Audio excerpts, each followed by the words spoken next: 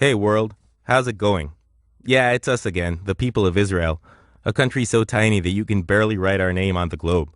You have to write a part of it on the water or a neighboring country.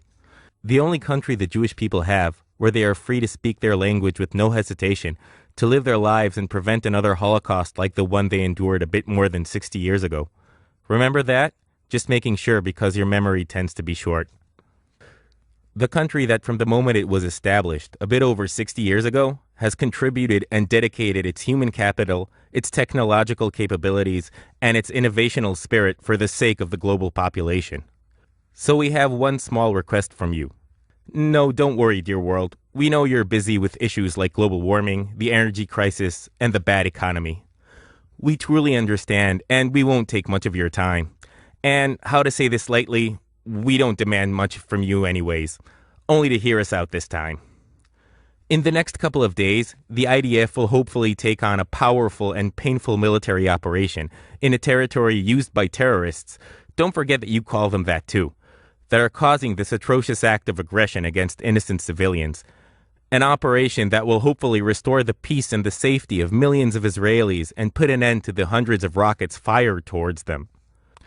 Many people will leave their workplace, families will cancel their summer vacations and halt their normal lives.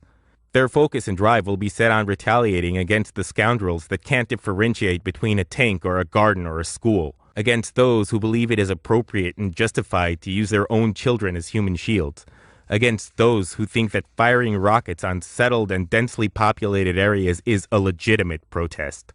No, dear world, we don't need your help with soldiers or forces. We have our IDF soldiers. They are well trained and fully motivated. And trust us, they are the best investment in our country. We don't want any arms or weapons either. We develop our own and invest billions a year on advanced technology, also that our children and all innocent citizens won't get hurt. And we have reached the maximum specific prevention capabilities with our Iron Dome, for example. Military experts from every corner of the world come to learn from us on how to combat in an asymmetric war. Unfortunately, when your neighbors threaten your existence, you become an expert in this field. We also don't need your support in words if it is too difficult for you. Yeah, it will be nice, but we understand you depend on Arab oil and don't wish to piss off your friends with the keffiyehs on their heads and their hands on the switch. We all know how that brings up the gas prices. So we will ask you for one thing. Don't disturb and don't get in our way, because you obviously know that no country would allow their densely populated areas to be under vicious rocket attacks day and night. No country would allow innocent children to live in shelters or have 15 seconds to run for their lives. So why should we, a country approximately the size of New Jersey, allow this?